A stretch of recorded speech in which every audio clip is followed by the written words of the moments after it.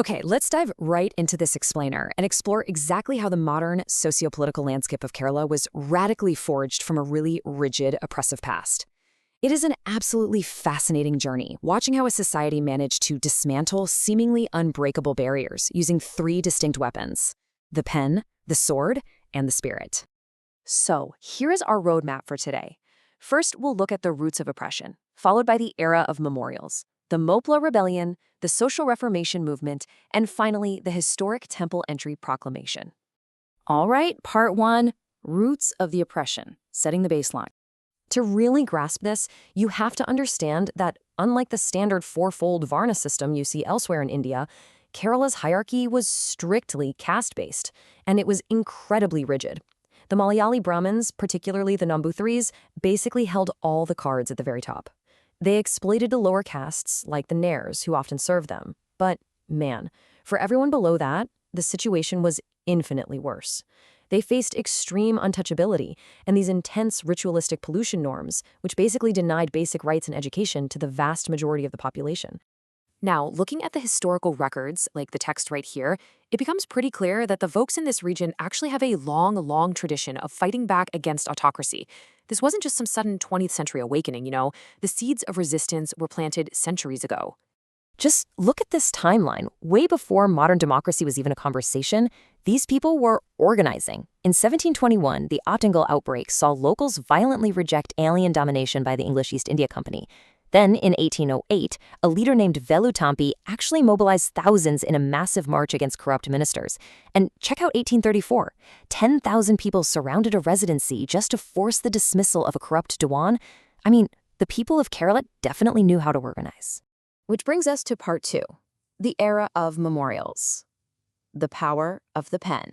So, the Malayali Memorial in 1891 was a huge deal.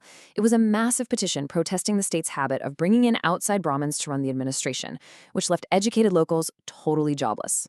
But it mostly benefited the Nairs. Just 5 years later, though, the Ijava Memorial pushed things much further. The Ijava community, who were heavily restricted by the caste system, submitted their own memorial with over 13,000 signatures. They were directly demanding that the lowest caste get the exact same educational and employment rights as Christian converts. I mean, just listen to this incredibly dismissive reply from the Dewan at the time. It really grounds these massive historical themes in stark human reality. The government literally told an entire community that their social standing made them unworthy of public respect, and because of that, they were totally ineligible for public service. Wow. And this suppression didn't stop there. It hit a literal boiling point in 1910 when a really prominent journalist, Ramakrishna Pillai, was deported. They even confiscated his press, all simply because he demanded purity in public life. He'd been ruthlessly exposing corruption and the Diwan's autocratic policies, making him a popular hero. But his deportation proved one thing for sure: petitions and journalism alone just weren't going to be enough to shatter the establishment. Moving on to Section 3, the Mopla Rebellion, the Sword and Malabar. So what caused the 1921 uprising? Well, it was a totally explosive mix. You had severe economic exploitation. Mopla Muslim peasants were living in absolute poverty, entirely at the mercy of Hindu landlords who could just evict them on a whim. Then, you combine that extreme economic desperation with the surging political energy of the Khilafat and non-cooperation movements. Add a spark, like the British raiding a local mosque, and the whole situation literally exploded into open rebellion. 69.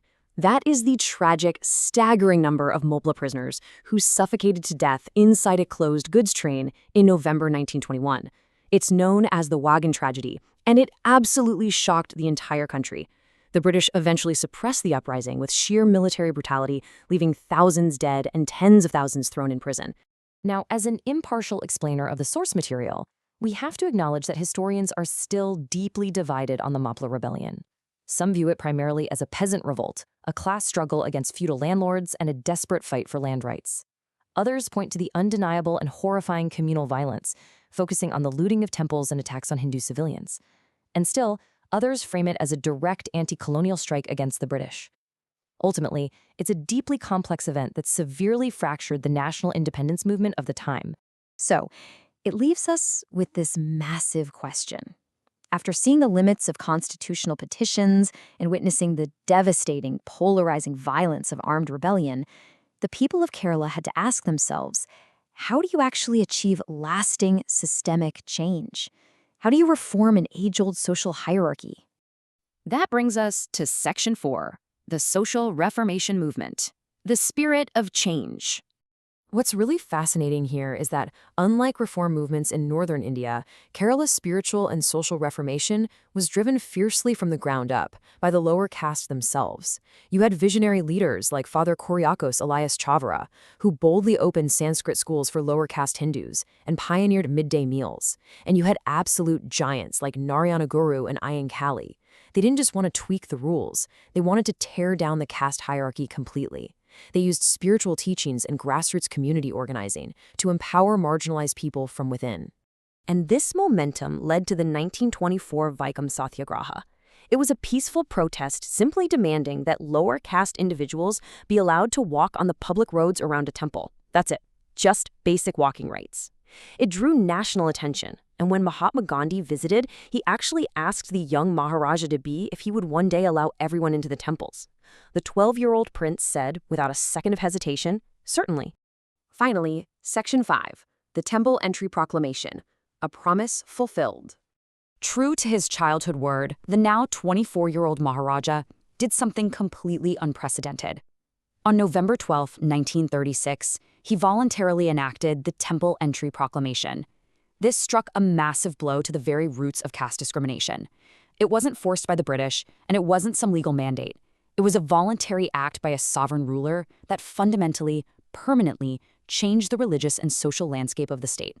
It was such an emotional triumph that Gandhi himself actually passed his famous title, Mahatma, on to the young ruler for his moral courage. The walls of centuries-old institutionalized exclusion were finally coming down, not just out on the public roads, but inside the most sacred spaces of their culture.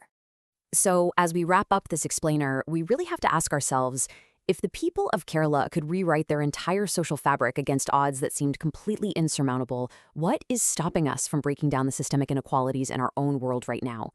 The history of this region proves that real change requires multiple fronts: intellectual pushback, socioeconomic restructuring, and a really deep spiritual commitment to human dignity. Thanks so much for diving into this with me, and I'll catch you on the next one.